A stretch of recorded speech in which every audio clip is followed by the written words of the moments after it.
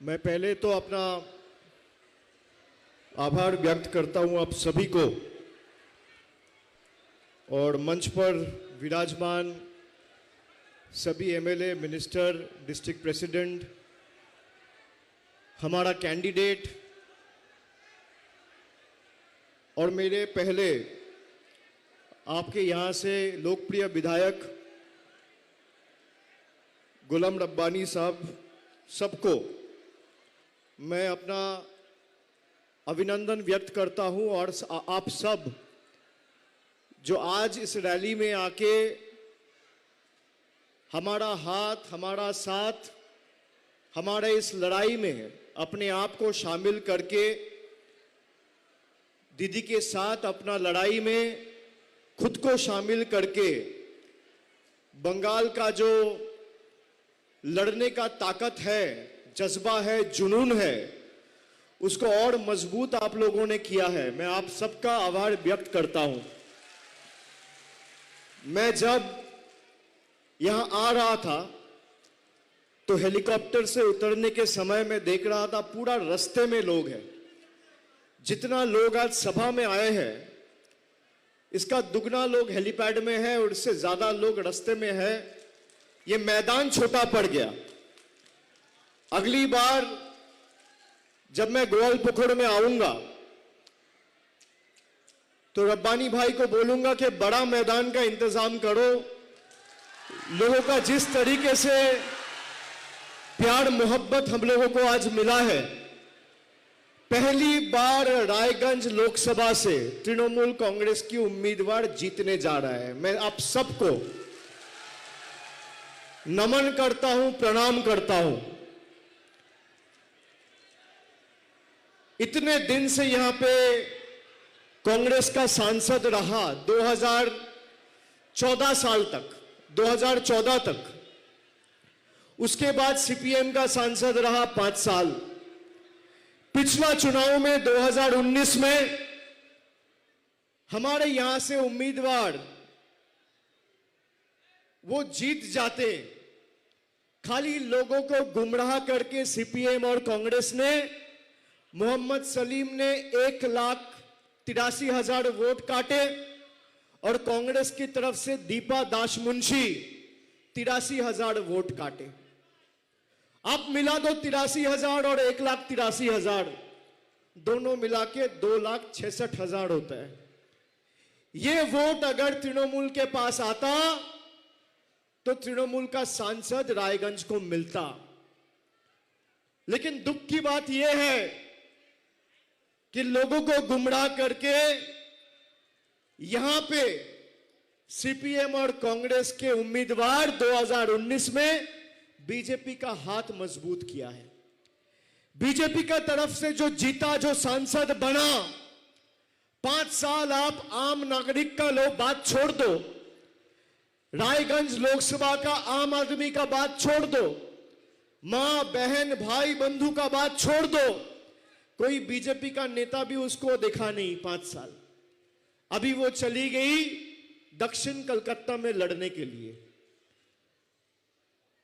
उसको करारा जवाब दक्षिण कलकत्ता में मिलेगा, आप निश्चित रहो। लेकिन मैं आपसे पूछना चाहता हूं, आने वाला 26 तारीख, आज 20 तारीख हो गया और 6 दिन का बात है भाई। 2 नंबर बटन इतनी तेज और इतना जोर दबाना है कि झटका जाके सीधा दिल्ली में लगे। भूकंप दिल्ली में आना चाहिए। जो हमेशा बंटवारे की बात करे, जो हमेशा हिंदू को मुसलमान और मुसलमान को हिंदू से लड़ाए, दंगा फसाद में लगे रहे, आने वाला 26 तारीख मोदी कहता है 400 पार, मैं कहता हूं 400 पार नहीं, 440 का झटका लगना चाहिए। 4 जून को लगना चाहिए कि नहीं लगना चाहिए? लगना चाहिए कि नहीं लगना चाहिए? जो आपका वोट लेके आपके ऊपर जुल्म अत्याचार करे, उनको सबक मिलनी चाहिए कि नहीं मिलनी चाहिए? मिलनी चाहिए कि नहीं मिलनी चाहिए? आप मुझे बताइए, 5 साल में बीजेपी का सांसद, खुद 2 साल मंत्री रहे, 5 पैसे की काम दिल्ली से गोवालपुर के लिए, इस्लामपुर के लिए, चाकुलिया के लिए, कालियागंज के लिए, रायगंज के लिए, हेमताबाद के लिए लाए क्या? लाए क्या? उनको अब देखे क्या? देखे, मैं आपको कहता हूं, कल पहली चरण का चुनाव था, आपने देखा? कुछ बिहार में चुनाव हुआ, अलीपुरद्वार में चुनाव हुआ और जलपाईगुड़ी में चुनाव हुआ। बांग्ला विरोधियों का गढ़ में कल कुछ बिहार, अलीपुरद्वार और जलपाईगुड़ी की मां, भाई, बहनें बंगाल विरोधियों के खिलाफ सर्जिकल स्ट्राइक किया है, इनका गढ़ में घुस के। 26 तारीख मौका आपका है, जो जिस भाषा में समझे उसी भाषा में जवाब देना चाहिए। देश का प्रधानमंत्री मन की बात करता है रेडियो में, कभी आपसे आके 5 साल में बीजेपी, कांग्रेस, सीपीएम का एक नेता पूछा कि आपको मकान मिला या नहीं, आपका परिवार में कोई दिक्कत है या नहीं, खाना मिल रहा है या नहीं? जब कोविड हुआ, लॉकडाउन हुआ, कितने भाई बाहर फंसे हुए थे। कोई यहां का एमपी हो या बीजेपी का, सीपीएम का, कांग्रेस का कोई नेता हो, एक बार फोन करके दूसरे राज्यों से हमारी मां बहन जो बाहर काम करते हैं और लॉकडाउन के कारण जो फंस गई थी, उनको वापस लाने के लिए एक भी कदम उठाया क्या? नहीं उठाया। उठाया? मैं आपको कहता हूं, इस देश में 1600 पॉलिटिकल पार्टी है। कितना पार्टी है? 1600। एक पार्टी जिससे अगर भारतीय जनता पार्टी लड़ता है वो है तृणमूल कांग्रेस। ये इसलिए है क्योंकि लाख कोशिश करने के बावजूद हम इनसे डरे नहीं, इनके आगे झुके नहीं।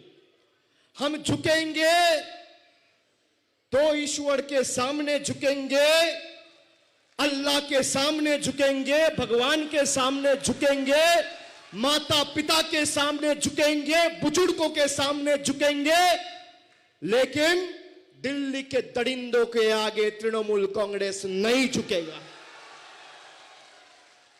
ये मेरी गारंटी है आपको। आप देखो, दूसरे राज्य प्रदेशों में जहां कांग्रेस की बीजेपी के साथ लड़ाई है, वहां कांग्रेस के लोग छोड़ छोड़ के बीजेपी जा रहे हैं, और बंगाल में उल्टी गंगा बह रही है, बीजेपी के लोग छोड़ छोड़ के तृणमूल आ रहे हैं। इसीलिए मैं कहता हूं, उनको जिस भाषा में समझ में आए उस भाषा में जवाब देना हम जानते हैं। आपको अगर तोड़ने, मरोड़ने और पार्टी तोड़ने की राजनीति समझ में आती है तो तृणमूल को भी समझ में आती है। आप तृणमूल को कमजोर मत समझिए। हमने कृष्ण कल्याणी को खड़ा किया क्योंकि ये बीजेपी से आया, संग संग इसका घर में आईटी रेड हुआ। 2 दिन तक इनकम टैक्स का रेड चला, फिर भी ये झुके नहीं, ये लड़ता रहे। जो आदमी आपका प्यार, भरोसा लेके आने वाला दिन इन दरिंदों के साथ लड़ता है, उनको जनता का प्रतिनिधि बनना चाहिए कि नहीं बनना चाहिए? बनना चाहिए कि नहीं बनना चाहिए?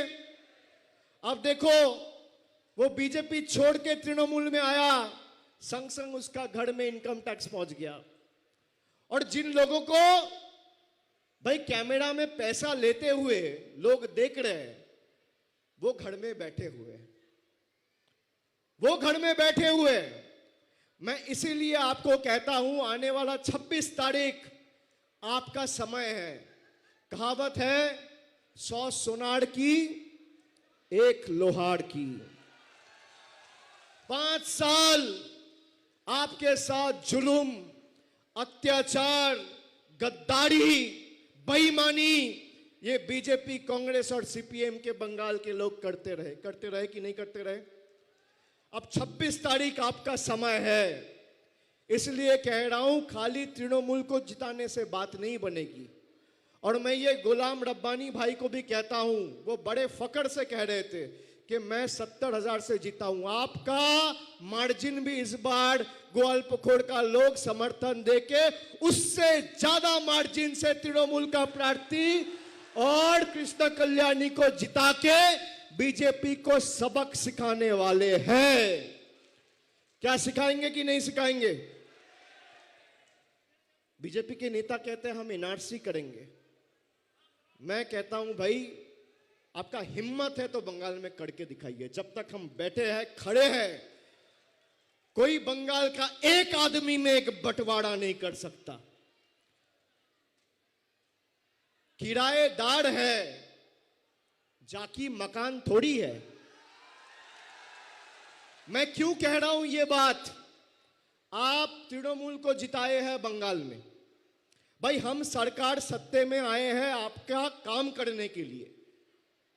मालिक आप हुए, किराएदार तृणमूल हुआ।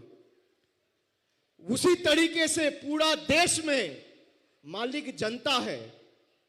मैं समझ लिया बीजेपी सत्ते में है, केंद्र की सरकार चला रहे, मालिक आप नहीं हो, किरायादार हो। मालिक जनता है, जनार्दन है। मैं इसलिए कह रहा हूं किरायादार है, जाति मकान थोड़ी है। किराएदार है, जाति मकान थोड़ी है। सभी का खून है इस मिट्टी में शामिल, हिंदू, मुसलमान, सिख, ईसाई।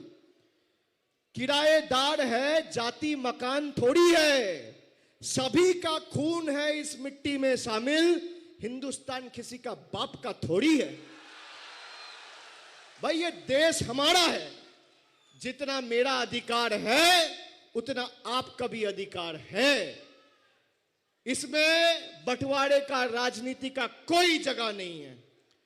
जो सोचता है हम बांट के, बंटवारा करके, लोगों को गुमराह करके, भाई को भाई से लड़ा के, दंगा फसाद करा के जोर जबरदस्ती सत्ता में आएंगे, उनका यह सपना अधूरा ही रह जाएगा।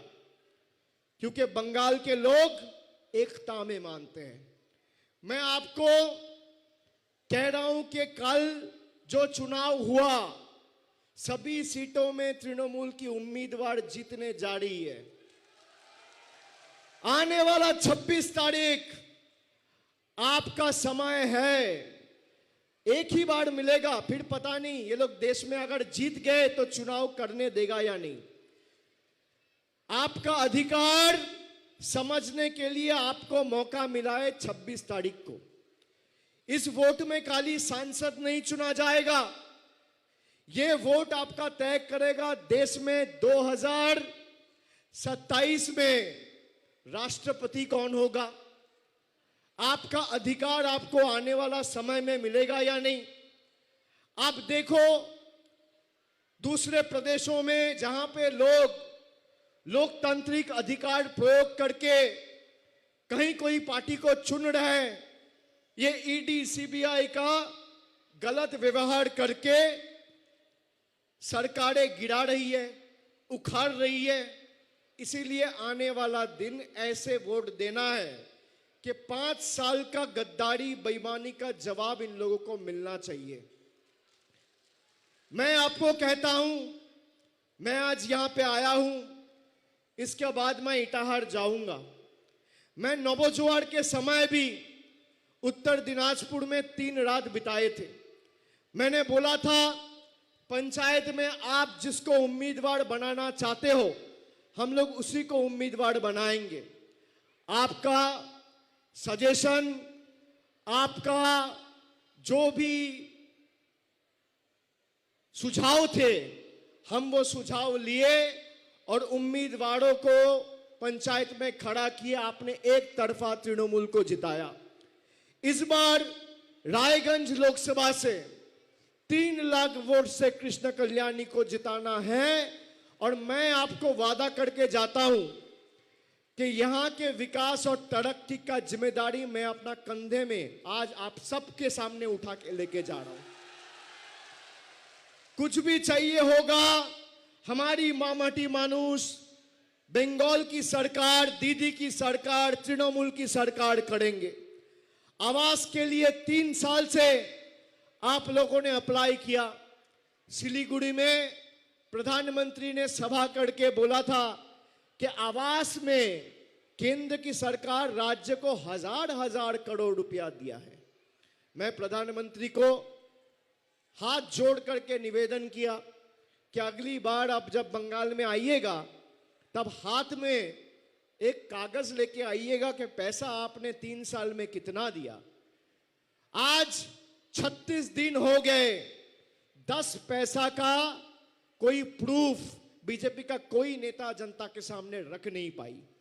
16 तारीख बीजेपी की रैली थी, यहां पे देश के प्रधानमंत्री आए, कागज दिखाया क्या? और आपसे कागज मांग रहे हैं कि सीए का नाम पे कागज दिखाओ, कागज दिखाओ, कागज दिखाओ। अरे जो खुद ही कागज दिखाने लायक नहीं है वो 140 करोड़ जनता से कैसे कागज मांग सकता है? आपके पास कागज है तो आप दिखाइए, कोई मना तो नहीं कर रहा है, पर आप कागज दिखा नहीं पा रहे क्योंकि आपने लोगों को गुमराह करने का काम किया है।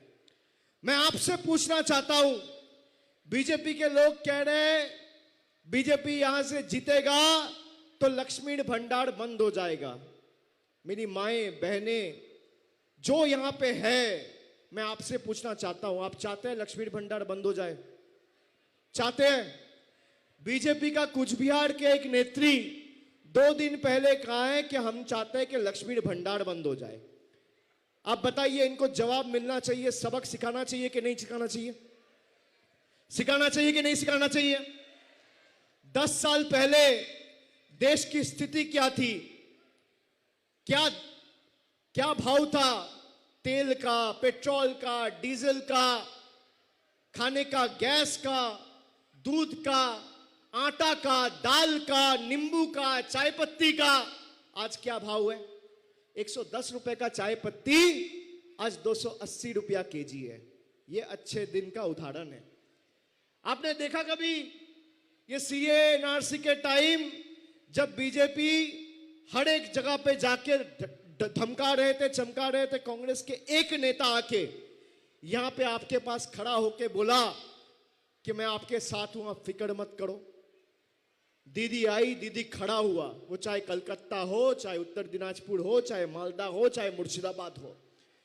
और कोई नेता नेत्री देश में ऐसा नहीं है जिसका हिम्मत है, ताकत है, दम है, सीने में कलीजा है, बोल के दिखाए कि जब तक मैं जिंदा हूं और जब तक मेरा सरकार है मैं करने नहीं दूंगा। ये मेरा कमिटमेंट है लोगों का। हम लोग बोले हैं तो करके दिखाए हैं। बीजेपी को लग रहा है कि भाई हम डराएंगे, चमकाएंगे, धमकाएंगे। भाई ऐसे नहीं होगा। आप बंगाल को उत्तर प्रदेश मत समझिए, आप बंगाल को गुजरात मत समझिए, आप बंगाल को राजस्थान मत समझिए, मध्य प्रदेश मत समझिए। यही गलती आपने 2021 साल में किया। और मैं जनता, मेरा भाई, मेरा माएं, मेरी बहनें, दोस्त, माताएं, बुजुर्गे जो आज सभा में आए हैं, मैं आपको खाली कहना चाहता हूं, आपके एक वोट में इतना ताकत है जो केंद्र की सरकार को अपने सत्ते से उखाड़ के फेंक सकता है और नया सरकार बिठा सकते हैं। आप ये मत सोचो कि मेरा एक वोट में क्या ताकत है, मैं वोट दूं ना दूं क्या फर्क पड़ेगा। भाई आप वोट नहीं दोगे तो फायदा बीजेपी को है। मैं आपको यह कहना चाहता हूं, आप देख रहे हो 5 साल लेके हो बीजेपी के खिलाफ कौन लड़ाई कर रहे हैं। मैं आपसे पूछना चाहता हूं, जो आपको गुमराह करने के लिए खड़ा हुआ है उनको वोट मिलना चाहिए? मिलना चाहिए? मुझे एक चीज बताइए, कांग्रेस और सीपीएम का जो कैंडिडेट है उसको अगर वोट जाए, फायदा किसको है? किसको फायदा है? किसको फायदा है? यह बात तो आपको समझ में आती है। आती है। आपने पिछला बार देख लिया, आप वही देखो 21 का विधानसभा में आपने तृणमूल को जिताया, तो ये रायगंज का 9 सीट में से 7 सीट में तृणमूल कांग्रेस जीत के आए और आपके साथ चट्टान की तरह खड़े हुए हैं। और बाद में रायगंज से कृष्ण कल्याणी भाई भी हमारे साथ आ गए, तो 9 में 8 सीट तृणमूल जीती हुई है। यहीं पे अगर 3 कांग्रेस जीतता, 2 बीजेपी जीतता, 4 तृणमूल जीतता, किसका हाथ मजबूत होता? आप बताइए, किसका हाथ मजबूत होता? जहां पे कांग्रेस के साथ बीजेपी का लड़ाई है, वहां कांग्रेस टक्कर दे पा रहा है क्या? आप 5 साल में मुझे कह सकते हो कि एक बीजेपी का सांसद, एक बीजेपी का विधायक बीजेपी छोड़ के कांग्रेस में गया या सीपीएम में गया है? बोल सकता है? इन लोगों की हिम्मत नहीं है। हम लोगों को इतना डराया, धमकाया, चमकाया, ईडी, सीबीआई, घर परिवार, मां, बच्चों, बीवी, किसी को नहीं छोड़ा, फिर भी आज सर ऊंचा करके लड़ रहे हैं। दिल्ली का कुत्ता बनने से बेहतर रॉयल बंगाल टाइगर बन के जिए, सर उठा के जिए, सर उठा के जिए। सर झुका के जीने से बेहतर सर उठा के मरो, सर उठा के लड़ो, सर उठा के सबक सिखाओ, और 26 तारीख सर उठा के वोट देके बीजेपी को सबक सिखाओ। सिखाएंगे कि नहीं सिखाएंगे? सर उठा के अपना वोट खुद जाके देना और सर झुका के हमारे उम्मीदवार जीतने के बाद आपकी सेवा करेगा, यह गारंटी मैं आज आपको देके जाता हूं। 2 शब्द कह के, गर्मी बहुत हो रही है, 3 बजने को आ रहा है, आप लोग 12 बजे से मुझे फोटो मिल रहे हैं व्हाट्सएप में, मैं देख रहा हूं, सब आके बैठे हुए हैं।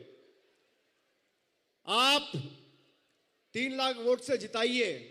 अभी अप्रैल का 20 तारीख है, मैं जून में 4 तारीख को रिजल्ट निकलेगा, जून में यहां पे आऊंगा आप लोग के साथ चुनाव का जीत का नतीजा मनाने, आप लोगों के साथ कंधे में कंधा मिला के यहां पे विजय रैली निकालूंगा।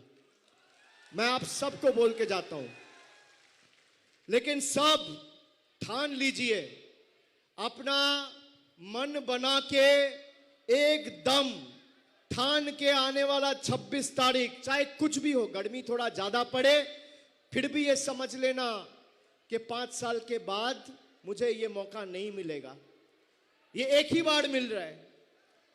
मैं 4 बात कह के आज का सभा समाप्त करूंगा। है अंधेरा बहुत, है अंधेरा बहुत, सूरज निकलना चाहिए। है अंधेरा बहुत, सूरज निकलना चाहिए। अब कुछ भी हो, मौसम बदलना चाहिए। है अंधेरा बहुत, सूरज निकलना चाहिए।